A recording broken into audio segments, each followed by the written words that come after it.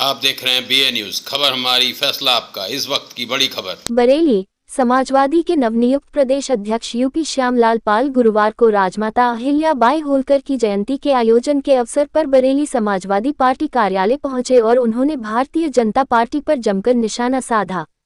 उन्होंने कहा कि राजमाता अहिल्याबाई होलकर ने अंग्रेजों से लड़ाई लड़ी तथा भाईचारे को कायम रखने के कदम उठाए। उन्होंने कहा कि बरेली के लोगों ने बहुत सहयोग किया। बीजेपी के पूर्व शासन काल में संविधान और लोकतंत्र खतरे में रहा। तमाम शोषितों वंचितों का जो अधिकार मिलना चाहिए उसे अधिकार को बेचकर पूंजीपतियों के हाथ में सौंप दिया। इन तमाम मुद्दों को लेकर हम लोगों का सम्मेलन था जो विचार अहिल्याबाई होलकर के हैं। पेपर लीक मामले में उन्होंने कहा कि जब समाजवादी पार्टी की सरकार थी तो लोगों को भरपूर नौकरियां मिली। भारतीय जनता पार्टी की सरकार में ARO, RO, पुलिस की भर्ती, नीट सभी के पेपर लीक हुए। नौजवान अपनी डिग्रियां फाड़कर फांसी पर चढ़ जा रहे हैं, मगर इस बार उत्तर प्रदेश के किसानों ने, नौजवानों ने, महिलाओं ने सबने बढ़ चढ़कर हिस्सा लिया और भारतीय जनता पार्टी को मुंह की खानी पड़ी। ये बात अलग है कि हम सरकार में नहीं आ पाए, मगर विपक्ष इतना मजबूत है कि हम भारतीय जनता पार्टी की कोई भी गलत बात को चलने नहीं देंगे। और अगर समाजवादी पार्टी की आगे सरकार आती है तो अखिलेश यादव ने पूर्ण विश्वास दिलाया है कि आगे पेपर लीक की ऐसी व्यवस्था की जाएगी जिससे कि पेपर लीक ना हो और नौजवानों को रोजगार मिल सके।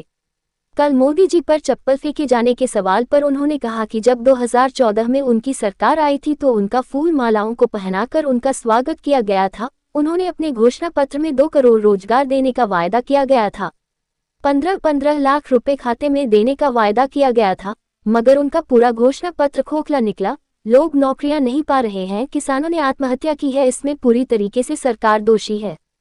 प्रदेश अध्यक्ष श्यामलाल पाल ने बिहार में OBC आरक्षण को खत्म करने को लेकर कहा कि हमारी सरकार में जो राम मनोहर लोहिया का सपना था उसको पूरा किया जाएगा।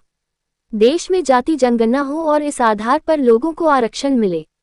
बुलडोजर के सवाल पर श्यामलाल पाल ने कहा कि इनका बुलडोजर भारतीय संविधान पर चल रहा था, लोकतंत्र पर चल रहा था, OBC SC ST आरक्षण पर चल रहा था। इन्हें घमंड था कि यह भगवान राम को लाए हैं, जबकि अयोध्या के लोगों ने इन्हें सबक सिखा दिया और बता दिया कि भगवान राम को यह नहीं लाए थे। भगवान राम सबको लेकर आए हैं। ये खुद को भगवान से भी बड़ा समझने लगे थे। अकबरनगर में चले बुलडोजर को लेकर ये पूछने पर कि वहां पर अखिलेश यादव जाएंगे तो उन्होंने कहा कि समाजवादी पार्टी के कार्यकर्ता, नेता का जुर्म और जाति के खिलाफ संघर्ष करना ही नारा है। मकान ढा दिया, क्या मांगते हैं इसके लिए? पहली चीज तो इनके बुलडोजर ये चल गए थे भारतीय संविधान पर। इनके बुलडोजर लोकतंत्र पर चल गए थे। इनके बुलडोजर OBC SC ST के आरक्षण पर चल गए थे। सभी नौजवानों ने सबक सीख लिया और इनको बता दिया।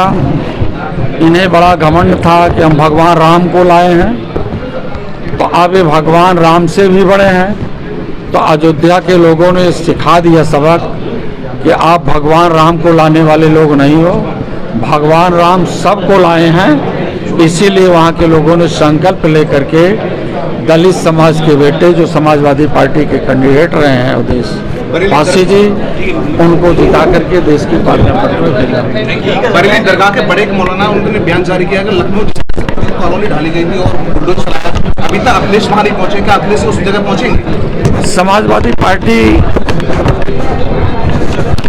का विचार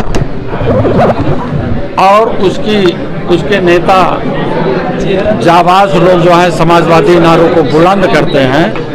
जुर्म और जाति के खिलाफ संघर्ष करना ही उनका नारा है। जब भी आवश्यकता इस देश में सामंतवादियों और पूंजीपतियों और जुर्मी सरकार के खिलाफ पड़ा है तो समाजवादी पार्टी के नेता आदरणीय अखिलेश यादव हर जगह खड़े रहे हैं और उनके जितने सिपाही हैं समाजवादी पार्टी के किसी भी जनपद पर जुर्म और जाति के खिलाफ खड़े होकर के लोगों को न्याय दिलाने का कार्य कर रहे हैं और भविष्य में करेंगे भी।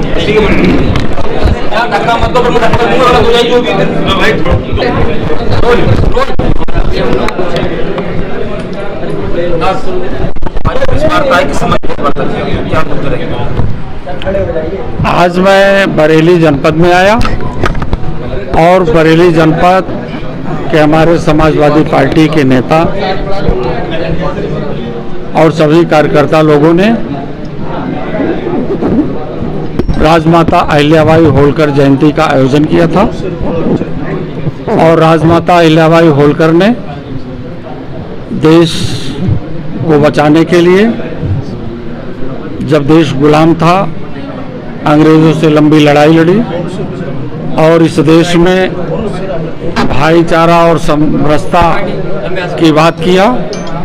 इन्हीं ज्वलंत मुद्दों को लेकर के आज मैं बरेली जनपद में आया।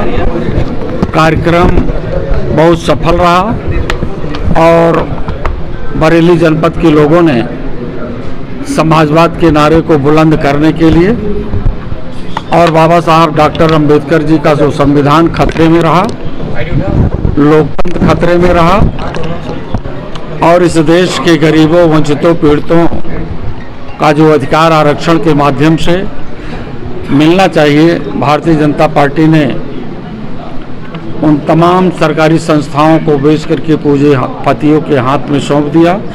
इन तमाम मुद्दों को लेकर के हम लोगों का सम्मेलन था, जो विचार राजमाता अहिल्याबाई होलकर जी का रहा है। अध्यक्ष जी, पूरे प्रदेश में पेपर लीक को लेकर धरना प्रदर्शन हो रहा है, उसको लेकर क्या कह रहे हैं? ये मुद्दा इंडिया अलायंस में पूरी तरह से रहा है और मुद्दा ही नहीं, समाजवादी पार्टी की उत्तर प्रदेश में जब भी सरकार आई है और आदरणीय नेताजी मुलायम सिंह यादव जी या आदरणीय अखिलेश यादव जी प्रदेश के मुख्यमंत्री हुए, बड़े तेजी से बेरोजगारों को रोजगार मिला, नौकरियां मिली, पेपर लीक कभी नहीं हुआ। लेकिन भारतीय जनता पार्टी के शासन में प्रदेश में तो पेपर लीक हो ही रहा था। पीसीएस का पेपर, आरओ एआरओ की परीक्षा का लीक, पुलिस की भर्ती का लीक, नीट की परीक्षा जो अभी हाल में ही पेपर लीक हुआ, एक दिन पहले लीक हो गया और साथ ही साथ नेट की परीक्षा जो प्रोफेसर बनाते हैं वो परीक्षा लीक आउट हुआ। बहुत से नौजवान लोग, बेरोजगार लोग अंधेरे में आ चुके हैं और यहाँ तक कि पेपर लीक के नाम पर लोग डिग्रियाँ फाड़ करके फांसी पर चढ़ जा रहे हैं। इस व्यवस्था को समाप्त करने के लिए, समाजवाद के नारे को बुलंद करने के लिए और नौजवानों को सामाजिक न्याय दिलाने के लिए लोकसभा 2024 का चुनाव लड़ा गया और वास्तव में उत्तर प्रदेश के नौजवानों ने और यहाँ के किसानों ने, मजदूरों ने, महिलाओं ने बढ़ चढ़ करके भारतीय जनता पार्टी को समाप्त किया है। हम लोग केंद्र में सरकार में नहीं आ पाए, लेकिन भरोसा और विश्वास है कि अगर नौजवानों के साथ, महिलाओं के साथ कोई भी उत्पीड़न होता है, भारतीय संविधान या लोकतंत्र के साथ कुठाराघात होता है, तो हमारा विपक्ष इतना मजबूत है कि भारतीय जनता पार्टी की एक नहीं चलने देंगे। देश में अब केवल बाबा साहब अंबेडकर जी के संविधान के अनुसार देश की महिलाओं का, किसानों का, नौजवानों का, बेरोजगार लोगों के साथ सम्मान दिया जाएगा और पेपर लीक जैसी व्यवस्था समाजवाद में आने ही नहीं पाएगी। ये हमारे नेता आदरणीय अखिलेश यादव का विश्वास है। उन्होंने करके दिखाया है, उनकी कथनी और करने में कोई अंतर नहीं रहा।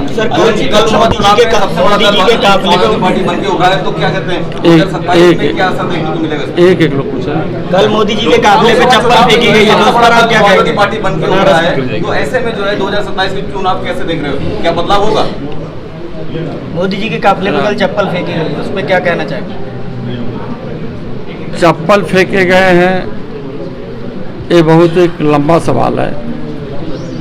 हम तो चाहेंगे कि माननीय प्रधानमंत्री देश के लिए ऐसा कार्य करें कि जैसे 2014 में उनको समर्थन मिला, फूल मालाओं से स्वागत हुआ, लोगों ने उनकी सरकार बनाई और सरकार बनाने के बाद उन्होंने उनका घोषणा पत्र पूरा खोखला रहा।